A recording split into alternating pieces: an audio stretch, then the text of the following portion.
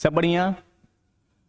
आज हम लोग एक जेई का इंपॉर्टेंट टॉपिक डिस्कस करने जा रहे हैं जो कि है आपका linear equations. System of linear equations क्या होता है और इसमें जेई मेन में इंपॉर्टेंट सवाल इसमें भी आजकल बहुत आ रहा है। ये मैट्रिक्स का पार्ट है बच्चों, तो इसमें मैट्रिक्स और डिटरमिनेंट यूज होगा सिस्टम ऑफ लीनियर इक्वेशन में। सिस्टम ऑफ लीनियर इक्वेशन को हम लोग दो तरीके से हैंडल कर सकते हैं, एक मैट्रिक्स मेथड से और एक डिटरमिनेंट मेथड से। तो पहले समझते हैं कि सिस्टम ऑफ लीनियर इक्वेशन है क्या। तो सिस्टम ऑफ लीनियर इक्वेशन जो है वो आपका क्या है। तो सिस्टम ऑफ लीनियर इक्वेशन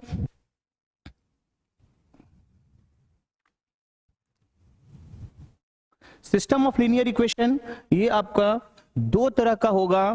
पहला होता है consistent. What is the meaning of consistent? तो कंसिस्टेंट इक्वेशन वैसा इक्वेशन होता है जिसमें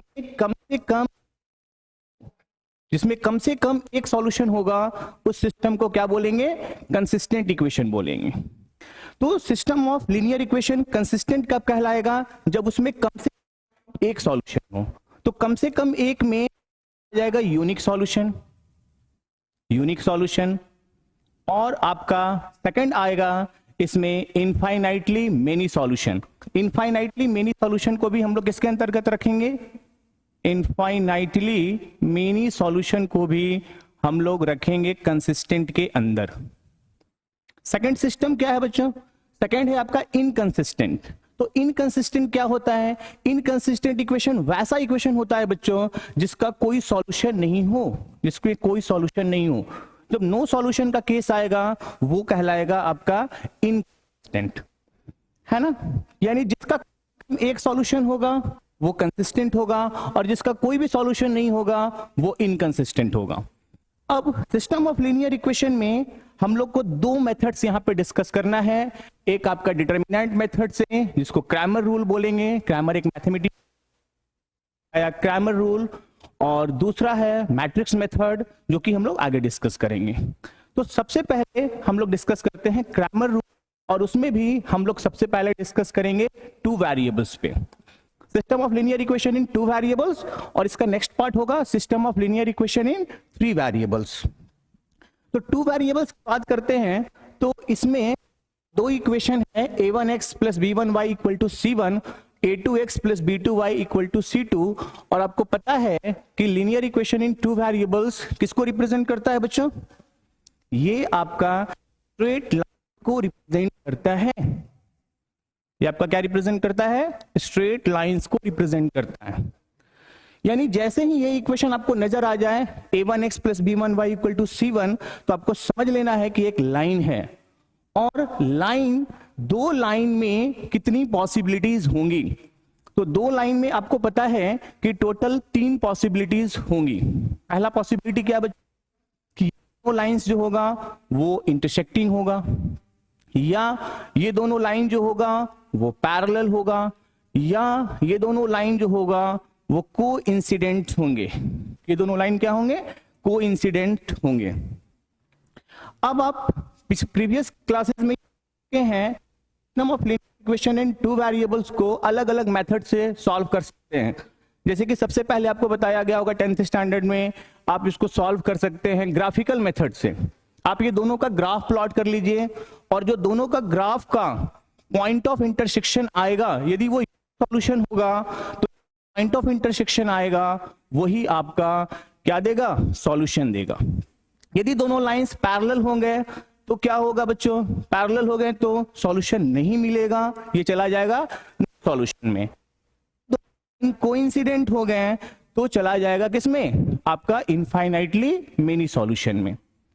और वहां पे अलजेब्रिक मेथड्स में क्या डिस्कस किया गया था? Elimination method, substitution method, cross multiplication method.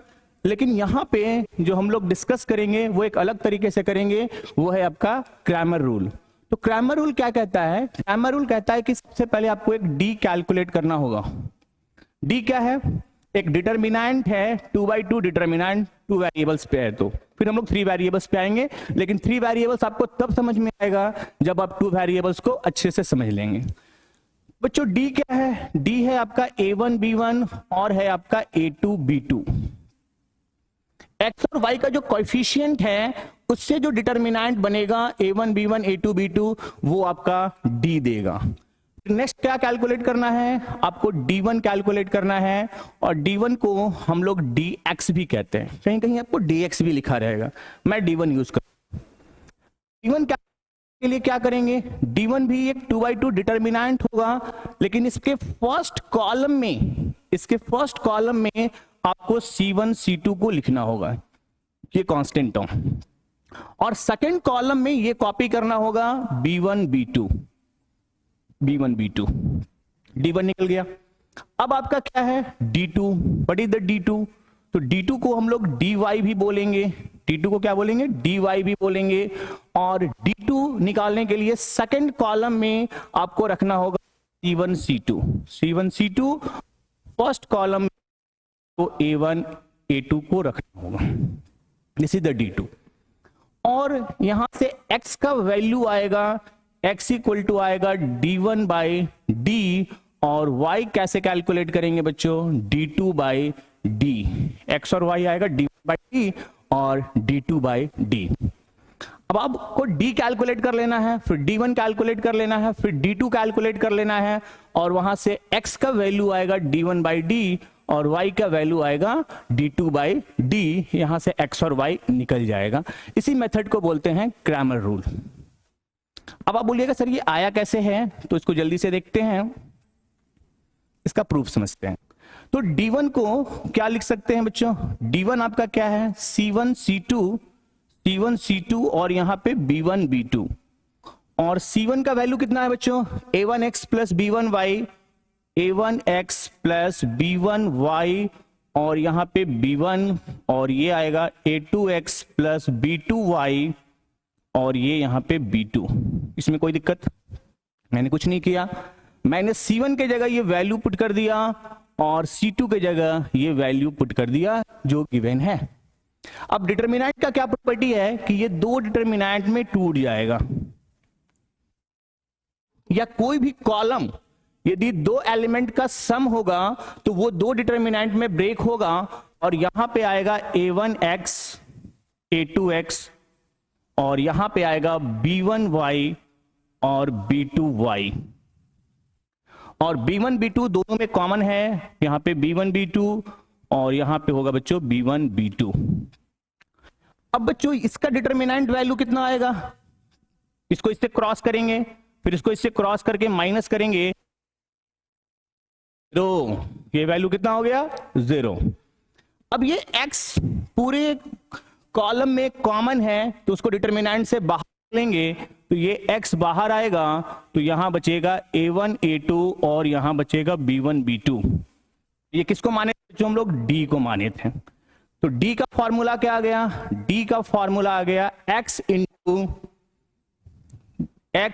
d1 आ गया x इंटू कितना, ये है d, तो यहां से x आ जाएगा बच्चों d1 बाई d। क्लियर है, इसको d1 माने थे, ये d1 हो गया, x यहां से बाहर आ गया, और इस डिटरमिनेंट को क्या बोलते हैं d बोलते हैं, तो यहां पे x का फॉर्मूला आ गया d1 बाई d। तो सिमिलरली हम लोग अब y के लिए मेहनत नहीं करेंगे, सिमिलरली कर देते हैं, y आएगा हम लोग का d2 बाई d, और यहां से x और y कैलकुलेट हो जाएगा। तो आप जो पहले ग्राफिकल मेथड पढ़े थे, या फिर आप substitution method, elimination method, cross multiplication method, उससे भी x और y निकाल सकते हैं, लेकिन यहां पे बोलेगा क्रैमर रूल से बनाना है तो आपको ये फॉर्मूला यूज करना होगा, x equal to d1 by d and y equal to d2 by d। Clear है,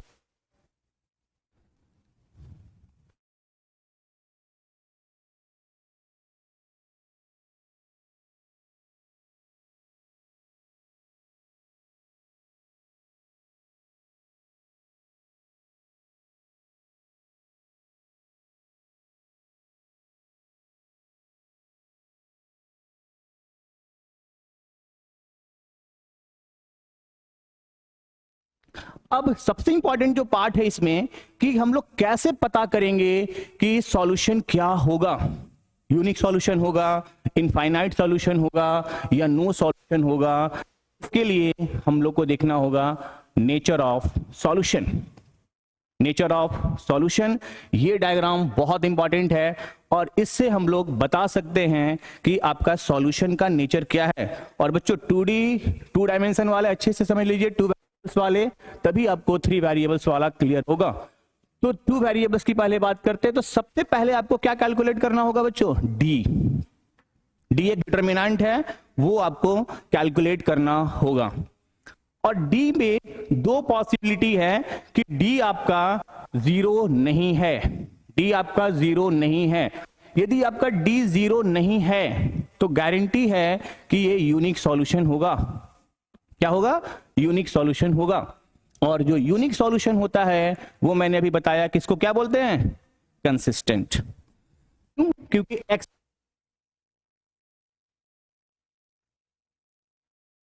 y है आपका d2 बाई डी।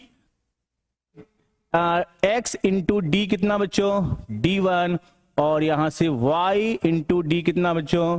d2। और d यदि 0 नहीं है, d यदि 0 नहीं है तो ये यूनिक सॉल्यूशन में जाएगा और यूनिक सॉल्यूशन को कंसिस्टेंट बोलेंगे। अब यूनिक सॉल्यूशन में भी 2 पॉसिबिलिटी समझते हैं इसको। पहला पॉसिबिलिटी क्या है कि d1 d2 दोनों 0 है। d1 d2 दोनों 0 है। तो यहां पे d1 को 0 करेंगे और ये 0 नहीं है। मैंने पहले ही बोल दिया कि ये 0 नहीं है। तो d1 d2 दोनों 0 होगा। 0 by finite value 0, 0 by finite value 0 हो जाएगा। मतलब यहां पे x भी 0 होगा और y भी 0 होगा।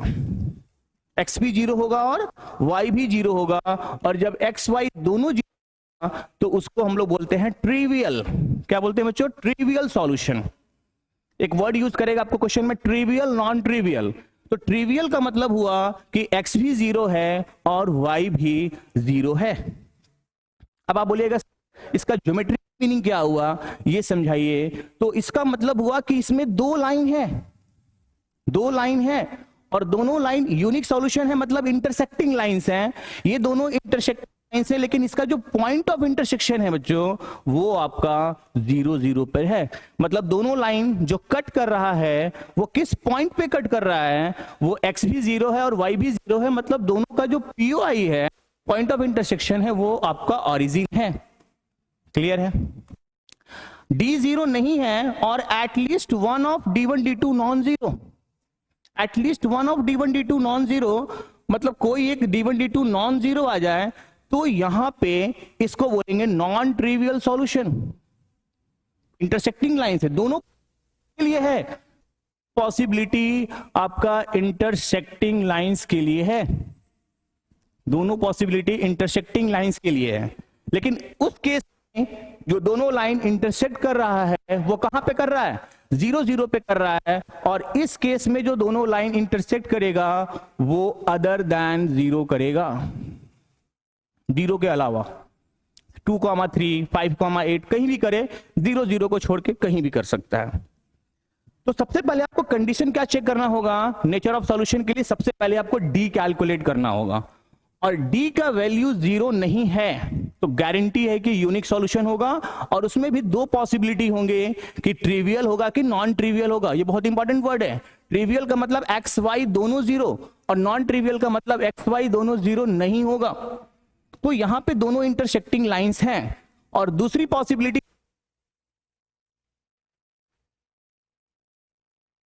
बच्चों 0 हो जाए। जब d का वैल्यू 0 होगा तब समझते हैं ये इंटरेस्टिंग केस है।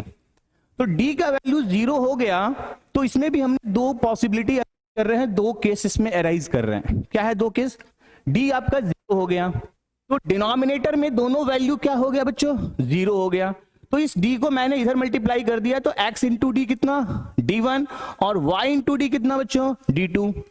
अब आपका d 0 है तो d 0 है तो ये वाला पार्ट क्या हो गया? 0 और ये वाला भी पार्ट क्या? 0। मतलब दोनों का LHS क्या है? 0 है। अब बोल रहे हैं d1 d2 दोनों 0, d1 d2 दोनों 0। जब d1 d2 दोनों 0 हो गया तो ये 0 और ये भी 0, 0 इक्वल टू 0, 0 इक्वल टू 0 मतलब ये ऑलवेज ट्रू हो गया। और जब ये इक्वेशन ऑलवेज ट्रू हो गया तो इसमें इनफाइनाइट सॉल्यूशन होंगे। इस लाइन का इनफाइनाइट सॉल्यूशन होगा, और इनफाइनाइट सॉल्यूशन को भी हम लोग क्या बोलते हैं? कंसिस्टेंट बोलते हैं। यूनिक सॉल्यूशन, इनफाइनाइट सॉल्यूशन दोनों को क्या बोलेंगे? कंसिस्टेंट। और नो सॉल्यूशन को क्या बोलेंगे? इनकंसिस्टेंट।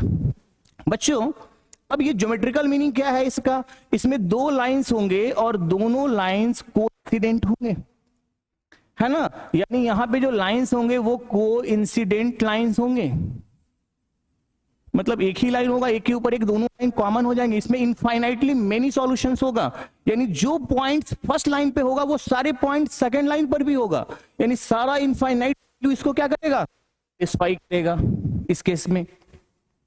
अब डी तो जीरो है, मैं बोल रहा हूं list one of D1 D2 non zero आ जाए, दोनों में से कोई एक नॉन जीरो आ जाए, तब क्या होगा?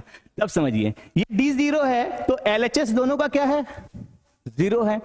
अब D2 में से कोई एक नॉन जीरो आ गया तो zero equal to non zero, जैसे 5 आ गया तो LHS हो गया जीरो और RHS हो गया 5, तो क्या होगा बच्चों? कंट्राडिक्ट कर गया ना।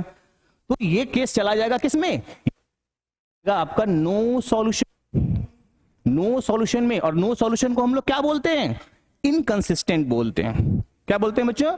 इनकंसिस्टेंट बोलते हैं। और इसका ज्योमेट्रिकल मीनिंग क्या?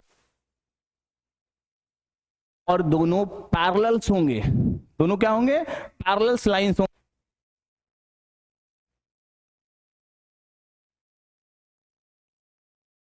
ये सारे बच्चे इसको बनाएंगे। और नेचर ऑफ सॉल्यूशंस के लिए सबसे पहले हमने दो केस में डिवाइड किया, डी नॉट जीरो और डी जीरो। डी यदि नॉट जीरो है तो गारंटी है कि यूनिक सॉल्यूशन होगा, और यूनिक सॉल्यूशन में भी दो केस होगा, ट्रिवियल नॉन ट्रिवियल।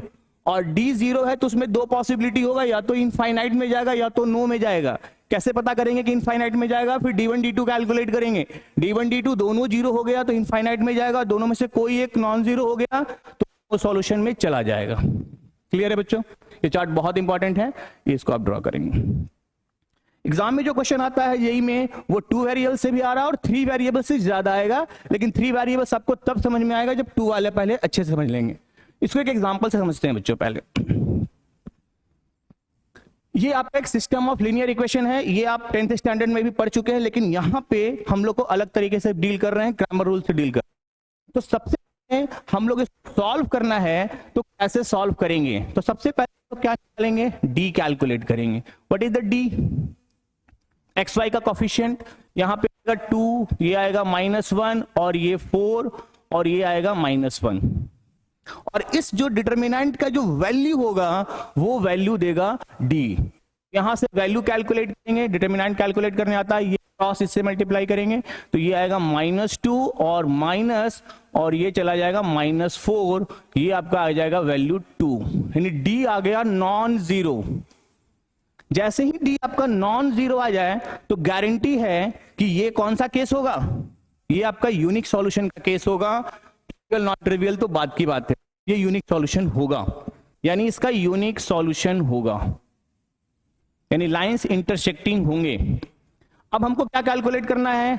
D1 और कैलकुलेट करना है D2, D1 और D2। तो D1 कैसे कैलकुलेट करेंगे? तो D1 कैलकुलेट करने के लिए फर्स्ट कॉलम में कांस्टेंट टर्म को रखेंगे, 2 और 4 को रखेंगे, और आपका जो सेकंड कॉलम होगा वो होगा -1 -1, और यहां से D1 कैलकुलेट करेंगे। कितना आएगा बच्चों? -2, और ये आपका आएगा +4, ये वैल्यू कितना आएगा? 2 आएगा। And what is the D2? D2 में सेकंड कॉलम में जाएगा 2 4, और फर्स्ट कॉलम में आपका वही रहेगा 2 4, ये वैल्यू कितना आ गया? ये वैल्यू आपका आ गया 0। D2 का वैल्यू कितना आ गया? 0 आ गया। अब ये किस में जाएगा? ट्रिवियल या नॉन ट्रिवियल? D1 D2 दोनों 0 आ जाता तो ट्रिवियल में चला जाता, मतलब दोनों लाइन का जो इंटरसेक्टिंग पॉइंट होता वो ऑरिजिन होता। लेकिन ये D1 तो 0 नहीं आया, D2 0 आ गया, तो ये नॉन ट्रिवियल में जाएगा। किस में जाएगा? Non trivial. ये सब वर्ड बहुत इंपॉर्टेंट है, trivial, non trivial, consistent, inconsistent पे अच्छे से ध्यान दीजिएगा। तो ये नॉन ट्रिवियल सॉल्यूशन होगा। अब सॉल्यूशन होगा क्या? तो इसके लिए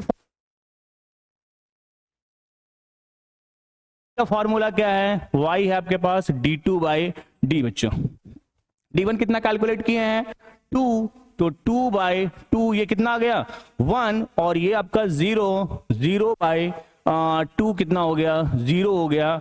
यानी इसका जो पॉइंट ऑफ इंटरसेक्शन होगा, ये दोनों लाइन एक दूसरे को इंटरसेक्ट करेंगे और आपने पॉइंट ऑफ इंटरसेक्शन ढूंढ निकाला 2,0 सॉरी 1,0। एक्स का वैल्यू 1 आया ना, तो ये वैल्यू आपका आ जाएगा 1,0। ये दोनों लाइन कहां पे इंटरसेक्ट करेंगे 1,0 पे इंटरसेक्ट करेंगे। बिल्कुल ये कंडीशन आपको याद रखना होगा। ये सॉल्यूशन आप से भी निकाल सकते थे 2 वेरिएबल वाला, यहाँ पे क्रैमर रूल डिस्कस कर रहे हैं। एक और एग्जांपल लेते हैं बच्चों। इस एग्जांपल में क्या खासियत है, सबसे पहला स्टेप आपके पास क्या है, सबसे पहला स्टेप है कि आपको डी कैलकुलेट करना होगा। अब जैसे ही आप डी कैलकुलेट करेंगे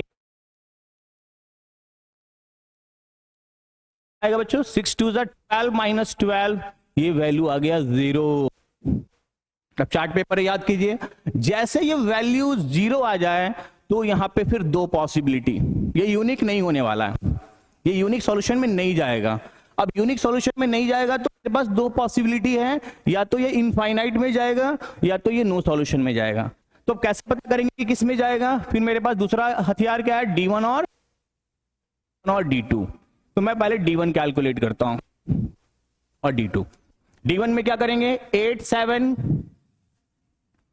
और यहां पे 3 6, और D2 में मैंने क्या बताया सेकंड कॉलम में जाएगा 8 7 और कॉलम आपका 4 2 4।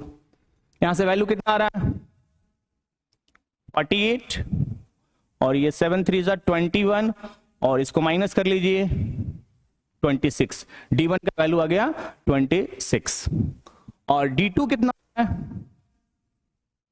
D2 कितना आ रहा है 14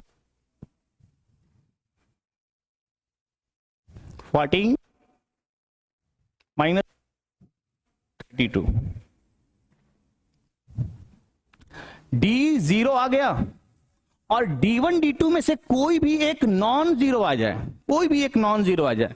ये चार्ट को फिर से देखिए, D1 0 आ गया और D1 D2 में से कोई भी एक नॉन जीरो आ जाए तो गारंटी है कि वो किस में जाएगा, नो सॉल्यूशन में जाएगा। ये किस में जाएगा बच्चों, नो सॉल्यूशन में जाएगा। यानी D1 का वैल्यू नॉन जीरो आ गया और D2 भी यहां पे नॉन जीरो, और ये -18, दोनों नॉन जीरो आ गए। कोई एक भी निकाल के कर सकते थे, दोनों पे टाइम वेस्ट करने की जरूरत नहीं है, लेकिन कोई भी एक आपका नॉन जीरो आ गया, ये गारंटी है कि किस में जाएगा, ये जाएगा नो सॉल्यूशन में। और नो सॉल्यूशन का मतलब क्या हुआ कि इसमें दो लाइंस हैं लेकिन दोनों लाइंस है। नेचर ऑफ सॉल्यूशन डिसाइड करता है। सबसे पहले आपको क्या कैलकुलेट करना है, डी कैलकुलेट करना है। डी का वैल्यू क्या आ गया, 0 आ गया। जैसे ही डी का वैल्यू 0 आ गया तो आपको सोचना है कि ये चार्ट पेपर याद रखना है कि आपका जाएगा नो सॉल्यूशन में जाएगा या इनफाइनाइट में जाएगा। अब कैसे पता करेंगे कि नो में जाएगा कि इनफाइनाइट में जाएगा, फिर हम लोग D1 कैलकुलेट करेंगे। जैसे ही हम लोग D1 कैलकुलेट करेंगे ये वैल्यू आ गया नॉन जीरो। जैसे ही ये वैल्यू आ गया नॉन जीरो तो वेट, यहां पे एरर हुआ है, यहां पे कितना आ रहा है 27 आ रहा है। उससे मतलब नहीं है, वैल्यू बस नॉन जीरो आना चाहिए। तो जैसे ही ये वैल्यू नॉन जीरो आ गया तो क्या करेंगे, ये नो सॉल्यूशन में चला जाएगा। और ये आपका आ गया 14 -32, ये आपका वैल्यू आ गया -18, है ना। तो ये आपका नो सॉल्यूशन में चला जाएगा। एक और केस लेते हैं बच्चों, थर्ड केस। तीनों केस में हम एक एक बार से डिस्कस कर रहे हैं। तो थर्ड केस में फिर करना है कि इसका क्या सॉल्यूशन होगा। तो सबसे पहले हम लोग यहाँ पे डी कैलकुलेट करेंगे। तो जैसे ही डी कैलकुलेट करेंगे वहां पे हम लोग डिटरमिनेंट निकालेंगे 2 3 और 4 6। ये वैल्यू कितना आ गया बच्चों 12 -12 12 -12 0 आ गया। जैसे ये वैल्यू 0 आ गया आपको पता हो जाना चाहिए कि ये नो सॉल्यूशन में जाएगा या इनफाइनाइट मेनी सॉल्यूशन में जाएगा। अब क्या करेंगे, अब हम लोग D1 निकालेंगे और हम लोग D2 निकालेंगे। What is the D1 and what is the D2। तो D1 बताइए 9 18 और यहां पे 2 4, और D2 क्या होता है, सेकंड कॉलम में जाएगा 9 18 और यहां पे रहेगा आपका यहां पे 3 6। 3 6 और यहां पे 2 4। What is the D1? 54 minus 54, ये 0 आ गया और ये भी आपका 0 आ गया। जैसे ये दोनों वैल्यू 0 आ गया, ये क्या इंडिकेट कर रहा है? E भी 0, D1 भी 0 और D2 भी 0, सारा वैल्यू 0 है, यानी ये इंडिकेट कर रहा है फाइनाइटली मेनी सॉल्यूशन को, इनफाइनाइटली मेनी सॉल्यूशन को रिप्रेजेंट कर रहा है। मतलब इसमें जो सिस्टम ऑफ इक्वेशन होगा उसका इनफाइनाइटली मेनी सॉल्यूशन होगा। मतलब इसमें 2 लाइंस होंगे और दोनों लाइंस एक के ऊपर एक कोइंसिडेंट कर जाएंगे। और इसी चीज को आप इस तरह से भी कर सकते हैं, A1 by A2 not equal to B1 by B2 आ जाए तो वो यूनिक सॉल्यूशन में जाए। क्रैमर रूल से नहीं पता करना है। A1 by A2 equal to B1 by B2 not equal to C1 by C2 आ जाए तो ये लाइंस को रिप्रेजेंट करेगा और ये आपका पैरेलल लाइंस को रिप्रेजेंट करेगा। और A1 बाई A2 क्या है? y का coefficient. A1 by A2 equal to B1 by B2 equal to C1 by C2 आ जाए तो ये इनफाइनाइटली मेनी सॉल्यूशन में जाएगा। ये आपका कोइंसिडेंट लाइंस को रिप्रेजेंट करेगा। तो आप इस तरीके से भी आप पता कर सकते हैं कि लाइंस आपका इंटरसेक्टिंग है, लाइंस नो सॉल्यूशन में जा रहा है या इनफाइनाइट सॉल्यूशन में जा रहा है। लेकिन इसी चीज को हम लोगों ने अलग तरीके से डिस्कस किया, क्रैमर रूल से डिस्कस किया। तो बच्चों नेक्स्ट वीडियो में हम लोग मिलेंगे तो उसमें हम लोग 3 वेरिएबल्स पे बात करेंगे। अभी हम लोग 2 वेरिएबल्स पे चर्चा किए कि 2 वेरिएबल्स को कैसे डील करते हैं। अब 3 वेरिएबल्स पे बात करेंगे। A1x plus B1y plus C1z equal to D1, A2x plus B2y plus C2z equal to D2 और A3x plus B3y plus C3z equal to D3। और ये जो 3 वेरिएबल्स है वो और ज्यादा इंटरेस्टिंग है 2 वेरिएबल्स से। लेकिन आपको वो 3 वेरिएबल्स पे पहुंचने से पहले आपको ये 2 वेरिएबल्स का कॉन्सेप्ट समझना होगा। तो नेक्स्ट लेक्चर में हम लोग 3 वेरिएबल्स पे बात करेंगे। इस लेक्चर में इतना ही बच्चों।